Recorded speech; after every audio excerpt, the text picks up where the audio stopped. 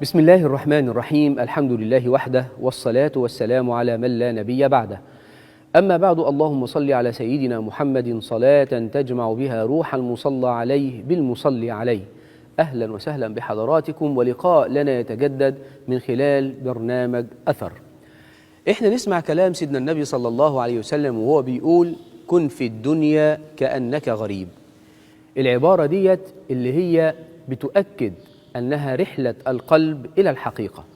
لما نيجي نركز كده في زحمة الدنيا والناس بتركض خلف المال، خلف المناصب، ويتشبث الجميع بما يظنونه دائما أنه يأتي لهم بالخير، نلاقي حديث النبي صلى الله عليه وسلم يأتي إلينا ليهز قلوبنا بلطف وبحكمة وبنورانية، حين يقول: كن في الدنيا كأنك غريب أو عابر سبيل.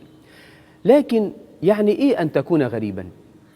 الإنسان الغريب لما نيجي نفكر فيه كده هنلاقيه لا يتعلق كثيرا بالمكان الذي يمر به، لأنه عارف أن وجهته مش في المكان اللي هو قاعد فيه. هو إنسان غريب لا يحمل فوق كتفيه أثقالا زائدة، لا يبني حياته على أمور زائلة لأنه في مكان هينتقل منه، بل تجده يمشي بخفة، يأخذ ما يحتاجه فقط حتى يكمل طريقه، يبقي عينيه دائما على وجهته النهائية اللي هي الآخرة إن شاء الله. أهو ده الإنسان الغريب.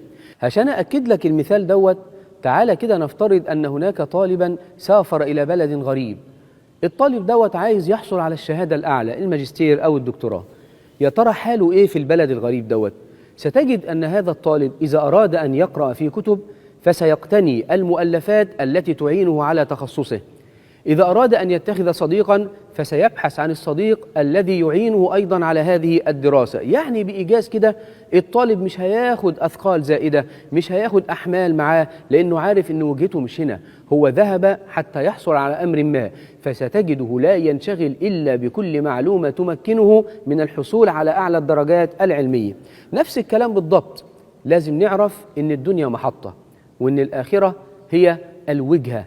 تخيل مثلا أنك مسافر في بلد غريب كهذا المثال الذي ذكرناه، هل كنت ستنشغل بجميع الأشياء أم أنك ستفكر في يوم العودة؟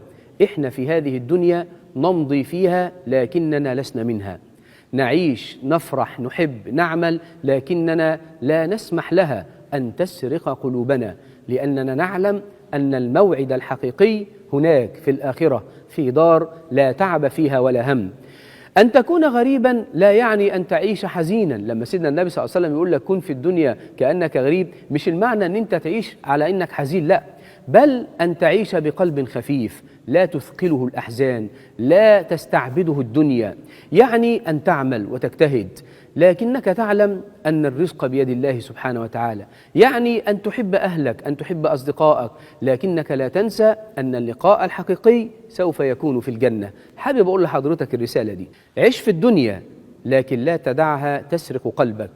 اجعل نظرك دائما على طريق العودة إلى الله. كن في الدنيا كأنك غريب أو كأنك عابر سبيل، لأن المسافر الحقيقي لا يحمل معه إلا ما يحتاجه ليصل بسلام. ردد معايا: اللهم لا تجعل الدنيا أكبر همنا، واجعلنا من العابرين فيها بقلوب متعلقة بك ووجوه متجهة إليك، حتى تعيش كالغريب، تجد أن الدنيا تصبح أخف وأن قلبك يمتلئ بالطمأنينة والسكينة. نسأل الله سبحانه وتعالى: اللهم يا رب كل شيء بقدرتك على كل شيء، اغفر لنا كل شيء ولا تسألنا عن شيء. وصلى اللهم وسلم وبارك على سيدنا محمد النبي الأمي وعلى آله وصحبه وسلم.